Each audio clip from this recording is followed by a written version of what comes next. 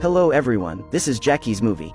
In this issue, let's watch an American adventure film, 6 Days 7 Nights. Monroe was a strong woman in the workplace. Her boyfriend, Frank, was romantic and rich. Frank knew that Monroe hadn't rested for a long time. He helped Monroe to apply for her boss for a 2-week vacation to prepare for a 6-day and 7-night trip to the tropical island. But when the two came to the airport, they found the charter company's flight was cancelled. So they temporarily assigned a small private cargo plane to serve them. The pilot, Quinn, and his plane look unreliable.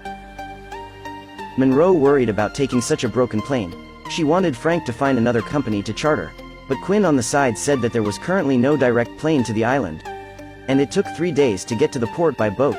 As a last resort, the two could only sit on that plane. Sitting with them was a female assistant, Angelica, with a hot body.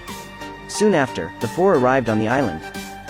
At night, Frank reminded Monroe today was the anniversary of their first meeting.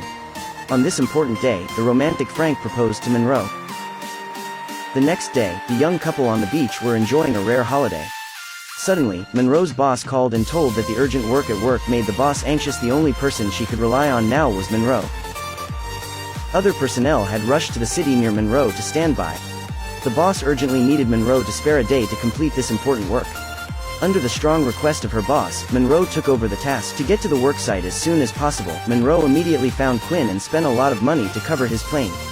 Frank criticized Monroe's behavior, but he couldn't stop this strong woman who regarded her work as life. Angelica had a performance tonight. Frank was so angry that he didn't want to go with Monroe. So only Quinn and Monroe were on the plane. Unexpectedly, there was a thunderstorm on the way.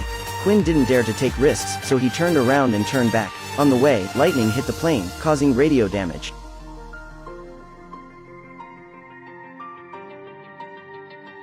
For safety, Quinn could only make an emergency landing nearby. Finally, Quinn found a small island. But when he landed, he accidentally hit a rock and damaged the aircraft's landing gear. Now, these two were completely trapped on the desert island. The phone had no signal and the radio was broken. The plane was also hit hard. Fortunately, they also have a flare gun and a signal flare. This time, Frank and Angelica also received news of their partner missing. They quickly hired a search and rescue helicopter to look around. On a desert island, the two found a source of water in the forest. Suddenly, a pig that rushed out scared Monroe into the water. A water snake got in the crotch. Fortunately, at the critical moment, Quinn helped her. Later, Quinn beat a peacock to solve the food problem. Tonight, the two were eating barbecue and drinking coconut juice. They spent the first day on the deserted island in peace. The next morning, Monroe saw a plane passing by in the sky. However, Quinn slept very deeply holding the bottle. Monroe couldn't wake up Quinn. He pulled out the flare gun around his waist and launched a distress signal. Unexpectedly, Quinn turned around and hooked Monroe's feet, causing the signal to shoot off the tree next to it. The last hope was completely shattered. Quinn, who was awakened, suddenly became angry. But Monroe pointed to the plane and said it was all Quinn's fault. Looking at the plane in the sky, Quinn was furious. Because the jetliner was 600 kilometers per hour high in the sky, maybe it couldn't even see a nuclear explosion, let alone a small flare. Without flare guns, they could only climb to the top of the mountain before dark to see if they could find other ways. On the way, they fell into a crack and almost became the food of the scorpion. Quinn concluded that they were blown 40 degrees southwest. So there should be a radio navigation signal tower on this island. As long as they climbed up to the top and turned off the signal tower, there would definitely be some staff coming here to repair. At dusk, they finally climbed to the top of the mountain, but they saw nothing. Quinn took out the map and found out that he had judged the wrong location. Unable to do anything, the two of them saw a ship docked in the distance through the telescope. They ran out excitedly back to the plane and rode the life raft to the ship without stopping. But they didn't arrive until the sun rose. On the way, the boring Monroe suddenly gossiped about Quinn's emotional state. Quinn said he and Angelica were both casual people, just playing around. At first, his wife, who had lived with Quinn for 12 years, cheated on his friend, and that friend was also Quinn's business partner. After the divorce, Quinn sold half of the shares and came to the island alone and bought a plane and lived a simple and happy life. At this time, Monroe saw another ship docked. Quinn took the telescope and saw a pirate ship. He was so scared that he turned around and ran, but he was caught. The pirates immediately released their motorboats to chase and kill them. The two hurriedly jumped into the sea and swam desperately to the shore, but Monroe was exhausted just after climbing the hillside. As a last resort, Quinn had to let Monroe hide first. He distracted the pirates and waited for an opportunity to attack. 2 pirates were tripped to the ground. Quinn took advantage of the situation and quickly hit the opponent. Unexpectedly, another pirate came to support and held Monroe. Just when the pirates were about to shoot Quinn, Monroe had an idea and lied that they had gold. She fooled the pirate and said she was a jewelry designer. There was jewelry made of gold and gems on the plane they fell. When the pirate heard that he could make a fortune, he immediately escorted the two to find gold. When passing by the slope, Quinn decisively held Monroe and rolled down. They ran frantically all the way but ran to a dead end on the edge of the cliff. Behind were the pirates with guns, and the front was a vast ocean. There was still a hope of life when jumping into the sea, and they would definitely die if they fell into the hands of the pirates. Quinn immediately pulled Monroe and jumped off. On the beach, the two people who survived the catastrophe couldn't help kissing together. But Monroe's diamond engagement ring seemed to remind them not to cross the line. The two had no choice but to give up and continue to flee. At this moment, the two people who have experienced life and death together were in mutual affection. Later, they chose to go deep into the old forest. In the tree, they saw a sea air amphibious plane that crashed during World War II. This evening, Frank and Angelica drank a lot of alcohol. Angelica was very active and took off her clothes and wanted to spend the night with Frank. To comfort their common bad mood, Frank was determined not to betray Monroe. Though he said no, his body was very honest. Here, the men and women on the isolated island were getting warmer. But in the end, they did not cross the line, choosing to hug each other to sleep. But because he couldn't sleep, Quinn looked up at the plane on the tree.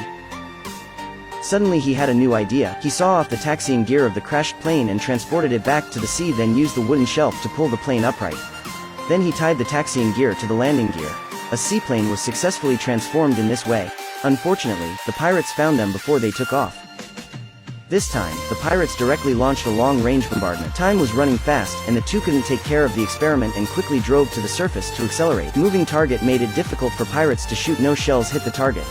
At this time, the plane was quickly rushing towards the pirates' boat. Either they were able to take off successfully, or be burned to pieces. After the two people worked together, the plane flew smoothly at the last minute. Several pirates just aimed at the target and unknowingly competed to put the muzzle upright. The plane didn't hit, but instead blasted the pirate's ship into pieces. On the high-altitude plane, Quinn, who was seriously injured, was very weak. He was afraid he couldn't hold on. So he taught Monroe to fly a plane while she was awake. On the holiday island, Frank and Angelica failed to find their partner. They thought their partners had been killed and they were holding a burial for the two. Just after the funeral, Frank knelt before the priest. He regretted that he had committed a crime and sorry for his dead fiancée.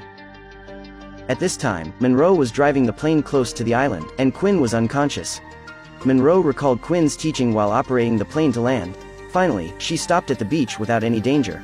Frank climbed onto the plane anxiously to rescue his fiancée. But Monroe stared at Quinn reluctantly.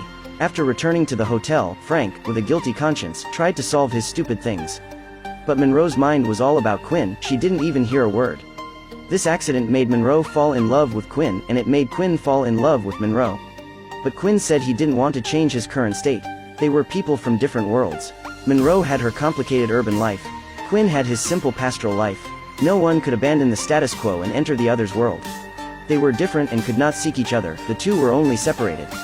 In the airport, Frank and Monroe were worried. Monroe suddenly told Frank if they were overshadowed by this, they should not get married. Frank apologized as soon as he grasped Monroe's hands and confessed his one-night stand with Angelica. Seeing Monroe's doubts, Frank knew that he had revealed his secret. He asked Monroe what the shadow was. So Monroe confessed the story between her and Quinn. Frank felt very sad. It was supposed to be a romantic trip but ended up losing his unmarried fiancée. When boarding the plane, Monroe hesitated for a moment but still got on the plane. At the same time, Quinn rushed to the airport. But the plane to New York has already started to take off. When he was in despair, Monroe walked down from the boarding platform. Quinn said he felt his life was too simple. Monroe said she felt her life was too complicated. We didn't know who we would meet and abandon our status quo to live with each other. In the end, the two kissed and hugged each other affectionately. Have you seen that? Years of calm emotions are not as good as a few days of life and death adventures. Okay, this is the end of this issue. Friends who like it, don't forget to like and subscribe. Thanks for watching, see you next time.